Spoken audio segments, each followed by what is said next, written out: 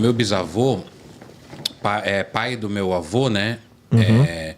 Ele teve acho que ele teve 7 filhos, 5 filhos, alguma coisa assim. E ele sempre ficava falando que ele queria morrer. Ele sempre ficava falando assim, era um homem trabalhador e tudo, mas ele sempre falava que ele queria morrer, que ficava, tomara que a morte me leve, eu não aguento essas crianças atentadas, oh meu Deus, me leva logo, sabe assim? Tudo que acontecia, algumas coisinhas pequenas, ficava, entre aspas, chamando a morte, meu bisavô. E aí, diz que um dia, na época de quaresma, eles estavam dormindo e ele viu um cachorro preto de olho vermelho pular a janela do quarto dele. Inclusive, eu já fui lá na casa. Hoje é outra coisa lá, não é mais a casa onde ele morava. Ele disse que pulou um cachorro preto enorme de olho verde, subiu no guarda-roupa e ficou... Isso um cheiro de enxofre e tal. Isso escuro. Diz que ele viu aquilo, acendeu a luz louco, tinha espingarda, pegou a espingarda, acordou todo mundo na casa e começou: ó o cachorro aqui, o cachorro preto entrou. E era um cachorro preto, grandão, e ele falava um olho vermelho e ficava, né? E ele continuava sentindo o cheiro. Acordou todo mundo da casa, acordou a mulher dele, que era a segunda esposa dele, já acordou os filhos. Meu avô era adolescente na época, meu avô contava essa história. Ele era adolescente na época, acordou todo mundo da casa e colocou todo mundo para procurar o cachorro. E ele atrás com a espingarda, cadê? E ninguém achou o tal do cachorro. Só ele viu? Só ele viu. Só que detalhe, ele só viu no escuro. Ele não viu quando acendeu a luz. Sumiu. E diz que ele subiu no guarda-roupa. Aí depois ele dormiu de luz acesa, todo mundo dormiu na sala com medo do tal cachorro. Imagina o pânico na casa. E a minha avó, a minha bisa, né? Eu conheci essa segunda bisa. A primeira eu não conheci. Essa segunda bisa, ela era japonesa. Toda vez que a gente ia na casa dela, ela montava um banquete assim na casa dela. De comida, assim. A gente, qualquer horário que a gente chegava, ela parece que é um costume da família japonesa dela, assim, fazia um banquete pra gente comer. Tadinha, faleceu. E aí diz que meu bisavô passou a dormir sempre de luz acesa, sempre com uma luz acesa, não conseguia dormir mais e não viu mais esse cachorro. E aí ele foi ficando doente, teve uma piora, ele tinha diabetes, teve uma piora na diabetes dele. E aí eu me lembro que, eu lembro a última vez que eu vi o meu bisavô vivo, ele já estava bem mal na cama, respirando assim, sabe, com dificuldade. E aí eu fui lá falar pra ele, eu falei benção, avô, né? Porque ele sempre queria que a gente falasse benção pra ele. Eu chamava ele de vô, embora ele fosse meu bisavô. Eu falava benção, avô. E aí ele falava, Deus abençoe, meu filho. No que eu dei o benção pra ele, ele puxou minha mão e falou, o cachorro tá ali, tá me olhando. E ele vai me levar. Caramba. E aí eu falei, vô, não tem cachorro nenhum aqui. Ainda olhei, ainda fiz assim em cima do guarda-roupa. Era um guarda-roupa antigo, grandão assim. Ele falou, ele vai me levar hoje, Daniel. Ele falava, Daniel, ele vai me levar hoje, Daniel. E aí eu falei, não tem cachorro não. Ele falava, ele vai me levar porque eu chamava a morte. Ele veio me buscar faz tempo. E eu falei, não, vou não. E ele ficou falando do cachorro e tal. E eu lembro que tinha uma mulher que cuidava dele, entrou e falou, vamos tomar o remédio e tal. E aí eu saí. E aí eu me lembro que naquele dia ele faleceu naquele mesmo dia à noite. E aí fica muito na minha cabeça, será que era um cão do inferno que ele via? Porque ficava muito chamando a morte. Qual que é o relato de cão do inferno que tem? Esse que você contou, pra mim faz mais sentido com o cão da quaresma. Porque o cão da quaresma é um cão preto. Diz que ele é tão preto que ele confunde com a noite. Então, ele falou que... tem o olho vermelho. Tem o olho vermelho? Tem o olho meu avô vermelho. falava que ele era mais preto do que o escuro. Ele era mais escuro, então você via a silhueta de um bicho peludo no escuro. E o olho vermelho. E o olho vermelho, segundo o que o pai dele contava pra ele, né? Quando eu contei essa história lá no meu canal, o pessoal ficou brincando, porque você fala assim, cão preto de olhos vermelhos, parece Yu-Gi-Oh!, não parece Pokémon? Eu não sei nada disso. É uns desenhos. Gente, olha, eu pra Yu-Gi-Oh!, Pokémon, Naruto, eu não sei nada de nada. Aí, Sara, o nosso Naruto subiu aí, ó. O Gaspar, ele tá num movimento aqui agora, que eu não sei o que tá acontecendo, aí, ó. Que ele tá subindo nos lugares, tá ficando o quê? Um gato arteiro, gato da quaresma. Depois a gente tem que falar dos bichos, do comportamento estranho dos bichos na quaresma. O que acontece? Muda. Bastante, alguns mudam. Mas fala do cão da... Então, aí o cão da quaresma, ele pode ser tanto do mal quanto do bem. Porque dizem que o cão da quaresma, ele não tá aqui só para pegar gente ruim. Ele tá para dar uma controlada nas outras maldições que estão por aí. Então, a minha mãe contava a história de um tio dela, que aí esse tio dela, ele era... Não é que ele era ganancioso, mas ele gostava de trabalhar além do limite. Sabe, e tem um outro nome para isso, assim, sabe? Ele é o famoso workaholic. Só que não é pelo dinheiro, é porque ele gostava de trabalhar. Ah, eu sou assim. Ele, sabe, ele queria trabalhar, ficar na lida. Eu gosto. E mais fartura, ótimo, entendeu? E aí ele ficava na lavoura até tarde. Diz que todo mundo parava de trabalhar. Depois a gente pode falar das precauções que as pessoas tomam na quaresma, na roça, de que horas para de trabalhar, que horas fecha a casa, o que tem que fazer. Mas diz que na quaresma, no final da tarde, todo mundo já tinha que estar junto em casa para fazer uma prece. E ele furava essa prece. Não fazia? Não fazia, porque ficava na roça lidando, fazendo as coisas. Todo dia, né? Fazendo as coisas. Tinha que rezar todo dia, né? E tinha que rezar todo dia. E aí tinha um vizinho dele lá que tinha fama de ser alcoólatra e ser lobisomem. Que virava lobisomem. Lobisomem bêbado. E aí o tio da minha mãe, ele viu o cão da quaresma 2 vezes. Ele viu uma vez que ele ficou trabalhando e perdeu a noção da hora, ficou até tarde, e aí na hora que deu na cabeça dele, pô, já é 10 horas, é melhor ele ir para casa, né? Que aí ele sentiu medo, e aí ele pegou as coisinhas dele, a marmitinha dele, falou, vou voltar para casa. Ele olhou pro horizonte, o cão tava encarando ele. E aí, foi a primeira vez, eu não lembro qual foi a primeira e qual foi a segunda vez. Ele viu o cão encarando ele. E era essa descrição? Era, só via a silhueta, né? O relevo e o olho vermelho. E era um cão, mas era um cão muito grande, sabe? Isso, meu bisavô falava a mesma respiração, coisa. Da respiração vem um cheiro ruim. E aí, a segunda vez que ele viu, também foi uma vez que ele ficou trabalhando até mais tarde, também era a época da quaresma, e ele estava trabalhando armado porque ele tinha medo do vizinho dele, que era alcoólatra e lobisomem. Dava trabalho, era um vizinho que dava trabalho pra caramba, assim, que ninguém já gostava muito dele. Enchia o saco, sabe? Os velho bêbado do sítio aí. E aí ele trabalhava armado, época do mato e tal, e um dos motivos pelo qual ele trabalhava armado era se esse homem mexesse com ele, com a família dele lá, com as pessoas lá. E aí ele estava voltando, e quando ele estava se aproximando da casa desse homem, já estava escuro, ele bateu a mão na cintura para ver se estava lá mesmo, olhou e tal, sabe? Fez um movimento assim, para ver se as coisas dele estavam assim. E aí ele passou olhando para a casa do homem, ele viu o cachorro pulando a cerca e correndo e entrando na casa do homem. O cachorro da quaresma. O cachorro da quaresma. O cachorro foi atrás do homem lá. E ele falou. E aí ele chegou na casa, ele contou pra tia da minha mãe, né? Contou pra esposa dele, falou: aquele cachorro que falam que tem aí na época da quaresma entrou lá na casa do fulano lá. E aí no outro dia encontraram o homem lá, tinha bebido até morrer. Ah, bebeu até morrer? Bebeu até morrer. E aí combina, né, com a história que você falou. E aí, de pesquisar a lenda, de conversar com as outras pessoas, escutar outras histórias, ele persegue tanto gente que pede, gente que é ruim, gente que brinca com essas coisas, mas ele também vai atrás de gente que tem a maldição. Por exemplo, esse vizinho dele que era lobisomem. Diz que ele é mais visto aonde já tem outras lendas, entendeu? Então, essa região ali tem lobisomem, tem mula sem cabeça, tem assombração. A chance de você ver um cão da quaresma é maior. Agora, o cão do inferno, aí já é mais tenso. Porque daí ele já é bem mais maldição mesmo. Aí ele realmente é um dos cachorros que ficam lá no inferno maltratando as pessoas que estão lá. E ele escapa, vem pra cá. E aí ele é um cachorro meio desfigurado. E algumas versões da lenda sai fogo do focinho. Outros sai fogo da cabeça. Tem uma figura que fica no inferno, que é o guardião do inferno, que é o Cérbero. Cérbero, né? Que daí é o cachorro de 3 cabeças. 3 cabeças, não é esse. Não é esse. O Cérbero é da lenda mitológica clássica. Né? Mitologia e tudo, que aparece, acho que tanto pros gregos, pros vikings e para outros, lá tem versões parecidas, né? Mas esse não, esse é um dos cachorros, são lacaios, né? Que fica lá maltratando as pessoas que estão em alguma das esferas lá do inferno.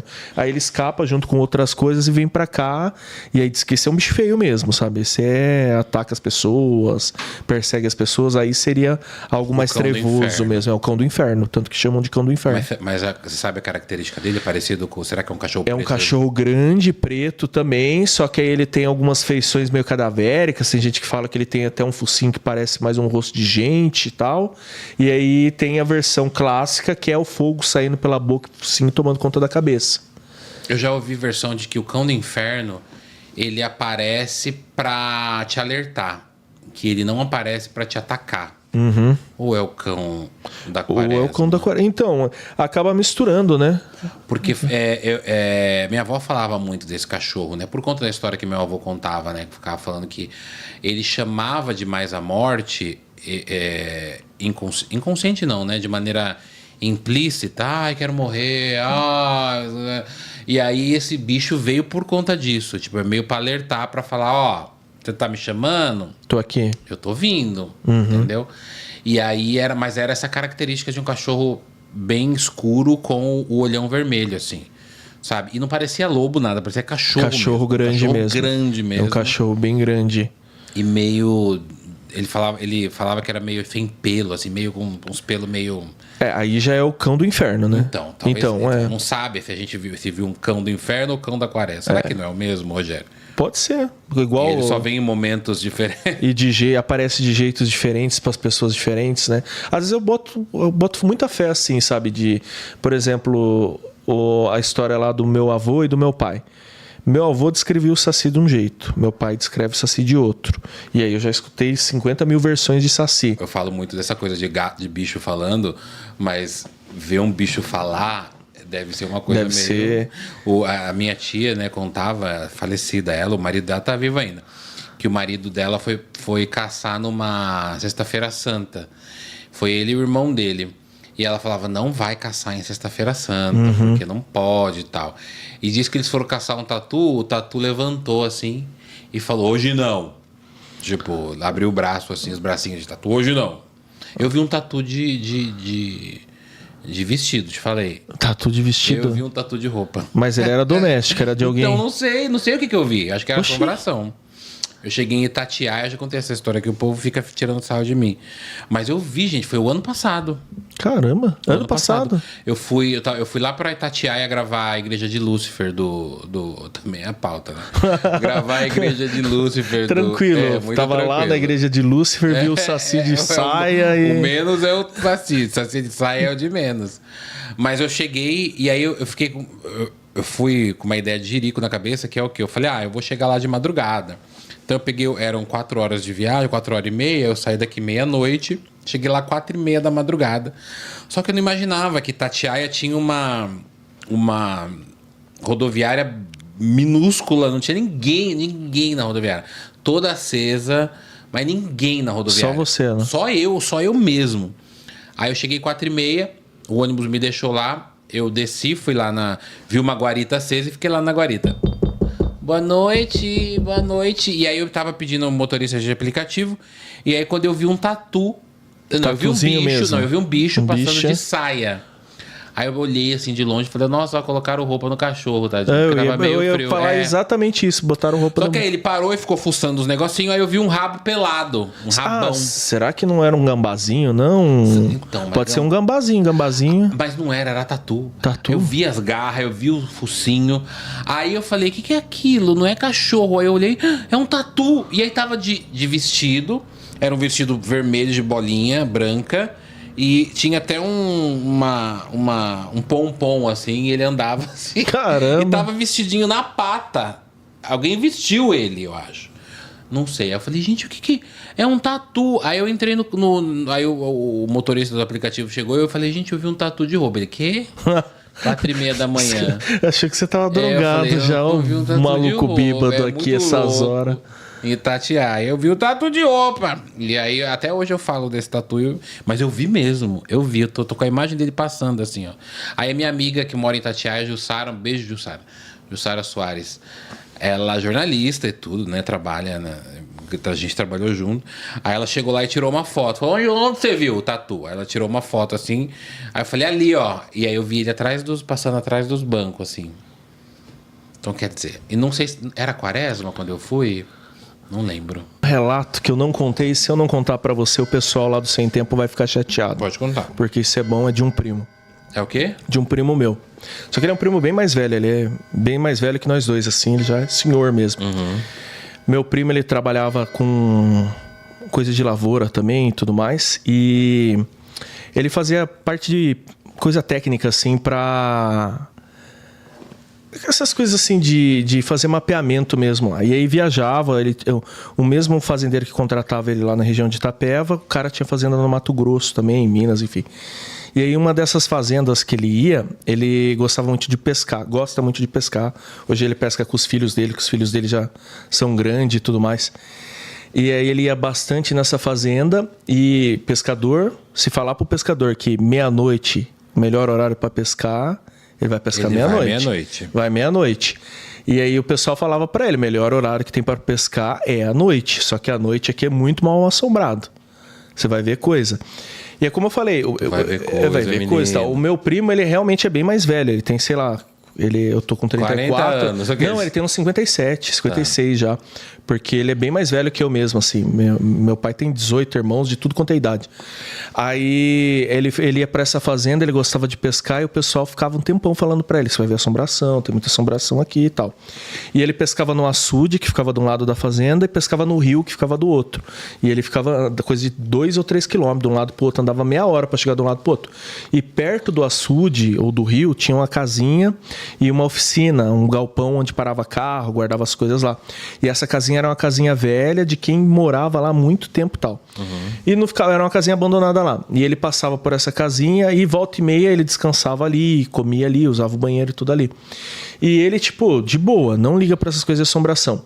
E outra coisa, ele sempre via gente trabalhando por lá à noite, sabe? Porque é uma fazenda grande, tinha um monte de coisa. E às vezes ele via um senhor parado na porta dessa casa que também sempre, tipo, dava um respaldo pra ele. Um senhor, né, pele morena, parado lá, sentadinho e tal, passava e cumprimentava ele, o senhor só cumprimentava, era um oba, tudo bem, só.